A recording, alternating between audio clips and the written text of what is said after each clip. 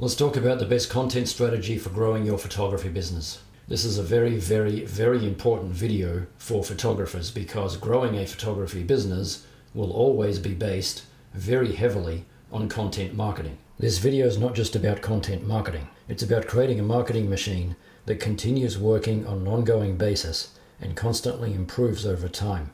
If you only watch one of my videos to the end, make sure it's this one.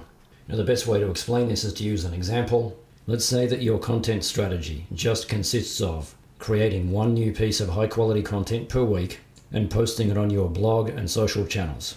Now, it doesn't have to be once per week and it doesn't have to be an article. You can create other types of content. I'll talk about how to adjust this simple plan to fit your personal preferences later in the video. For now, I just want to use a simple example to explain some important concepts, and then you can go ahead and adjust the plan any way you like. If you're new to my content, I'm Adam Radley. I'm the founder of iMagine. This channel is for people that want to start and grow a photography business. I'm also releasing a series of videos called 100 Ways to Get Customers for Photographers. So if you want to receive alerts when I release new videos, go ahead and click subscribe. Now let's get into it. So let's start by looking at the enormous benefits of this very simple strategy. You'll build authority with prospective customers. Adding articles to your website is an important trust factor. Your article could rank for some important keywords. You'll always have content ready for social media. You'll always have content ready for email marketing. If you decide to use ads, this content will increase your conversion rate. If you want to collaborate with other people that don't know you, your content will increase the likelihood of success. If you want other people to refer clients to you, again, your content will increase the likelihood of success. So let's break all of this down into more detail. So how does this content create and establish authority? If you include a statement on your website that says, I have 10 years of experience, the first thing that occurs to me is, I don't give a crap how many years of experience you have. I can't tell you how many people I've hired that did in fact have 10 years of experience, and in some cases 20 years of experience, and then turned out to be completely useless. When you say, I have 10 years of experience, and you don't give me any more information, you're essentially asking me to trust you. Why should I trust you? The point I'm trying to make here is this. Don't tell me, show me. If I see an article on your website with the title, How to Solve Problem X, and the article says something like, this is a common challenge in the industry, and there's a lot of misinformation out there, here is the right way to solve problem X. Now, instead of just knowing the number of years of experience you have, I can see verifiable evidence of your ability to solve the problem. You'll solve the problem with your ability, not with the number of years you've been a photographer. So the summary is simple. This type of content builds trust and authority by demonstrating your ability to solve a specific problem, as opposed to telling people to trust you and assume you have the required ability because you have many years of experience. Always be prepared to demonstrate your ability. Okay, how does creating content improve your trust factors? Prospective customers are more likely to trust you if you include high quality content on your website that gives them some insight into your views on the most important issues in your industry. Generic information makes you look like everybody else. Content that demonstrates your unique take and whatever it is that makes you different increases trust because people that have unique insight are perceived to be people that have a deep understanding of their industry. Okay, how does creating content improve search engine optimization? Well, I think the answer to this question is pretty obvious, but if you create an article that contains high quality content, there is a possibility that your article will rank in search results and bring visitors to your website, all without spending $1 of your money or a minute of your time, or even understanding what SEO means. In the meantime, if you do decide that you want to proactively implement an SEO strategy that involves the usual SEO tactics, you'll have a massive head start because the most important and most difficult part of SEO is creating high quality content. How does creating content help with social media?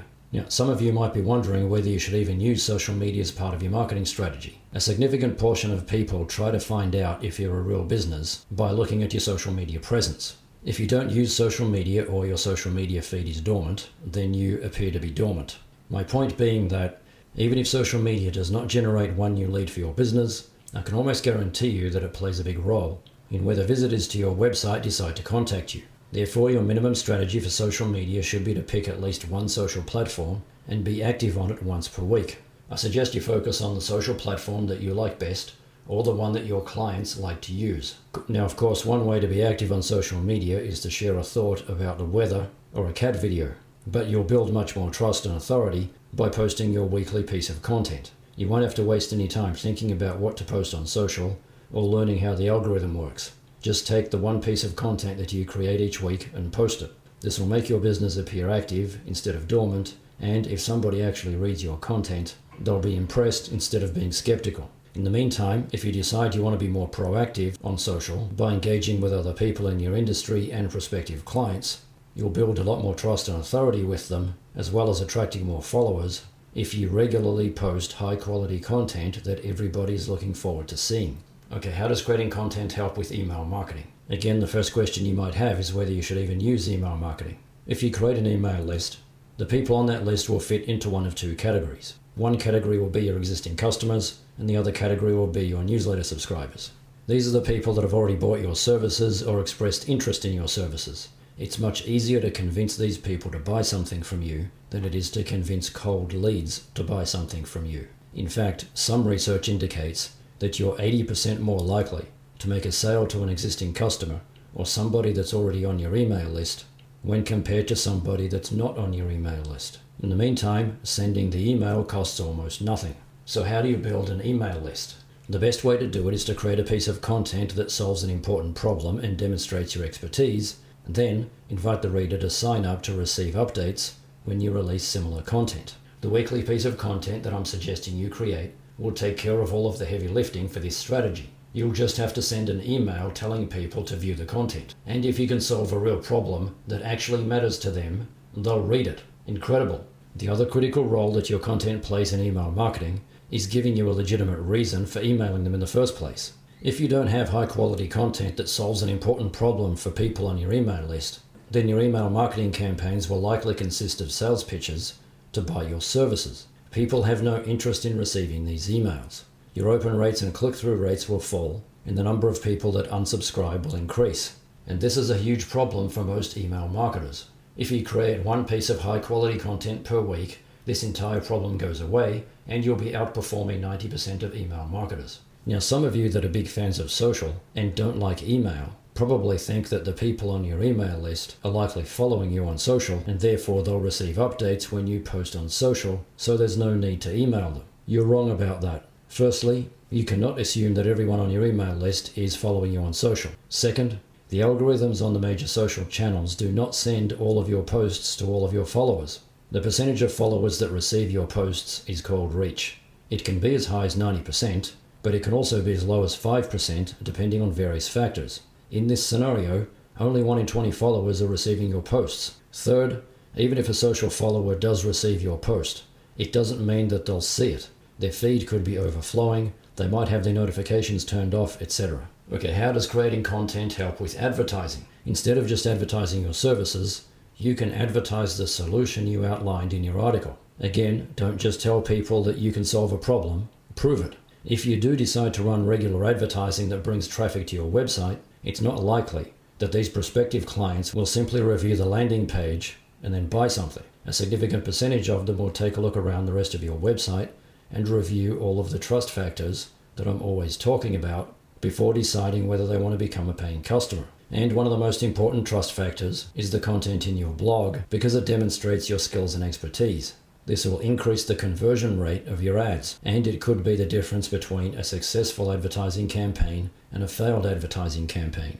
Now let's talk about the long-term advantages of creating high-quality content consistently. If all of the benefits I just outlined weren't enough, there are even more long-term benefits. If you commit to doing this for 52 weeks, you'll have 52 articles. Congratulations, you're now an authority in your field. If you do some minor search engine optimization and mention the articles in some industry groups and forums, you'll also be generating a consistent inflow of leads. The constantly updated blog, social media and email also means that you'll be top of mind in the minds of your prospective clients.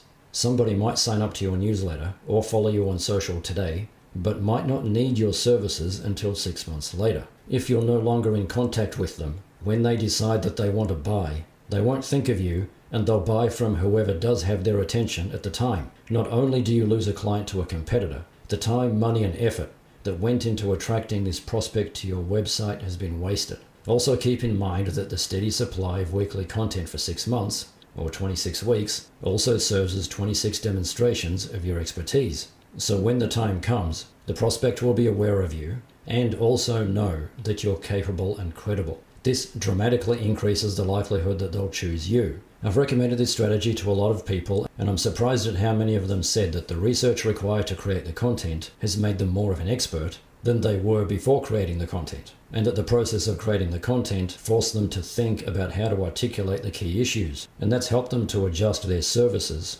and their marketing, and it's made them better at selling their services to prospective clients. So the point that this has all been leading to is this.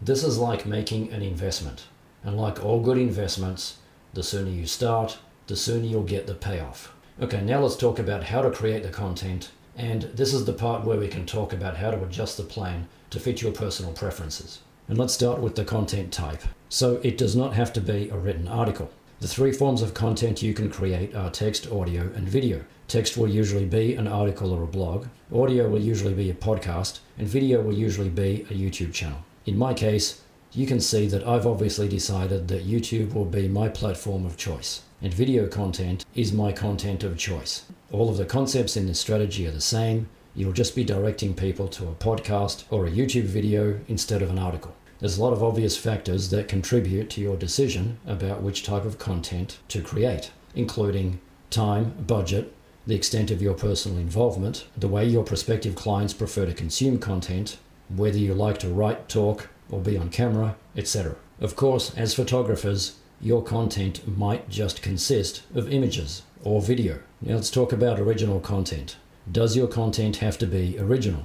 The answer is no. You can use content created by other people. This is what we call curated content, but the strategy won't work quite as well. If you take the view that content marketing will be time-consuming, and you decide to simply link to content created by other people, you will be able to post these links on your website, in your email marketing campaigns, and on your social media. However, you'll be demonstrating the skills and expertise of the original creators of the content, as opposed to demonstrating any of your own skills and expertise.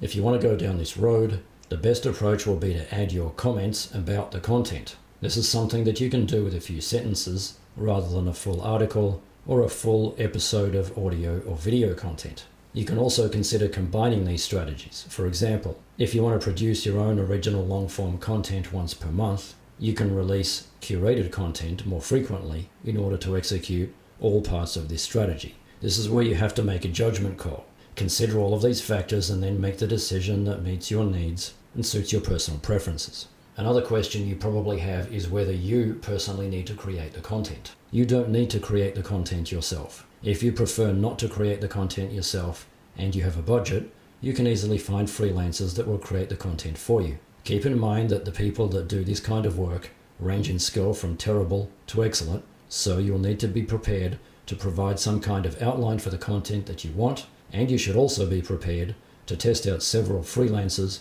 before finding the best people for the job. Another important question is about frequency. How frequently should you be posting this content? Well, it doesn't have to be weekly. It can be more or less frequent. However, I would say that you should aim for no less frequent than once a month.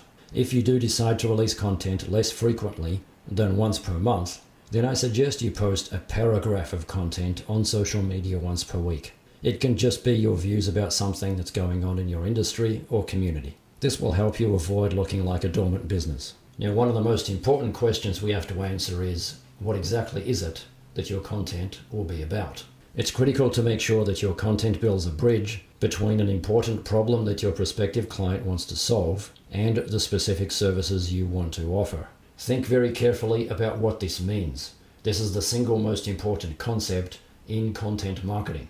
It's so important, I'm going to repeat it. It's critical to make sure that your content builds a bridge between an important problem that your prospective client wants to solve and the specific services you want to sell. It is okay to create content where you provide your general opinion about general industry news if that's something that you enjoy doing, but keep in mind that this content may or may not build a bridge between prospective customers and the services you're selling. For example, if you're a wedding photographer, it makes sense to create content about how to make the wedding event space as photogenic as possible, because this is content that's valuable to your prospective client and naturally leads to the services that you're selling. If you create content about the latest updates in your editing software, you'll attract interest from other photographers, but you won't attract interest from prospective clients.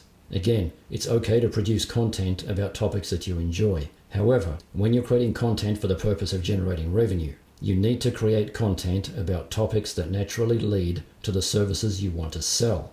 Make sure you understand and execute this critical point. Otherwise, all of your content marketing could end up being a massive waste of time. Now, some of you might be wondering how to develop content ideas. Look at forums, social groups, and topics at industry events to get ideas. Look for major pain points that prospective clients are constantly complaining about and struggling to address. Okay, let's talk about calls to action. You need to include calls to action in your content. The calls to action should relate to an offer of your services or inviting them to subscribe to your newsletter. When it comes to offering your services, there are 3 ways to approach this.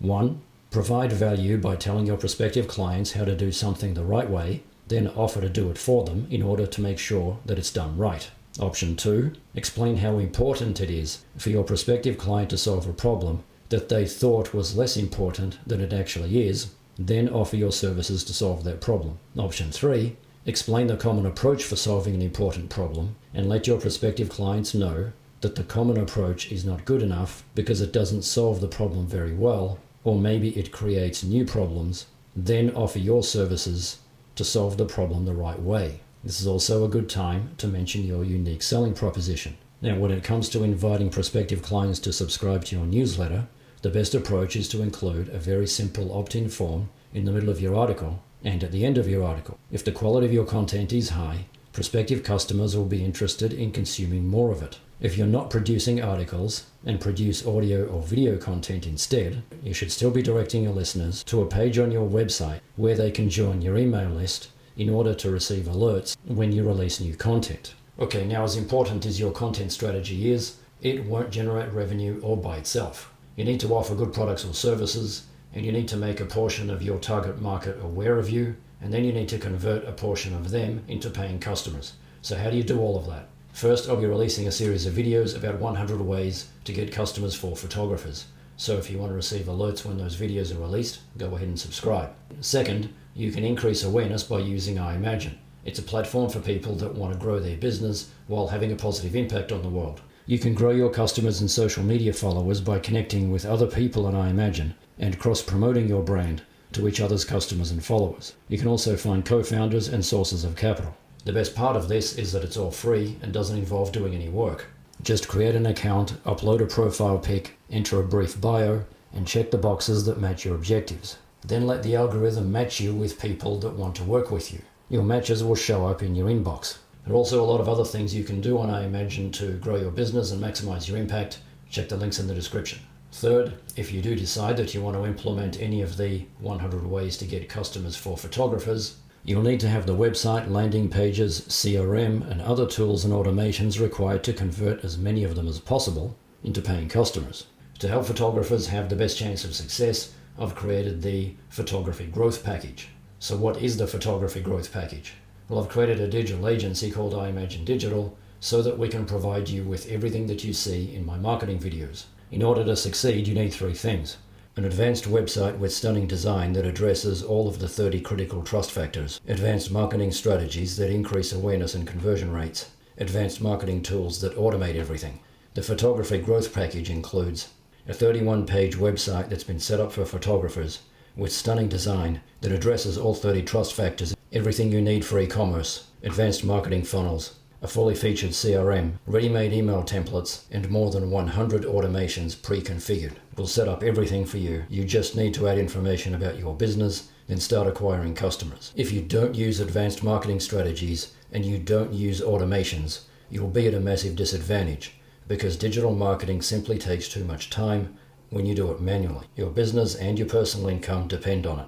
This is the best way for you to instantly address all of the trust factors, instantly have all of the automations that I mention in all of my videos, and have everything you need to execute the 100 strategies in my series about 100 ways to get customers for photographers.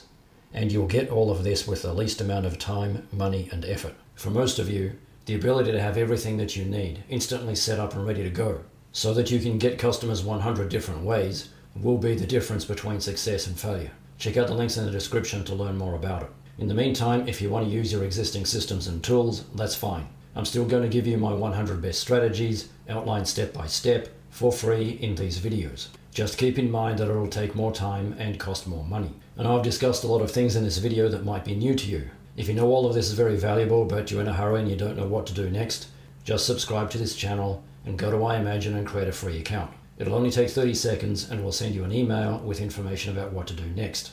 Then you'll have all the information you need and you can do it when the time is right for you. I've included links to everything in the description. I've also included links to related videos. As always, think about how to grow your business in a way that it can have the biggest positive impact. The best way to do it is with the iMagine platform. I'll see you in the next video.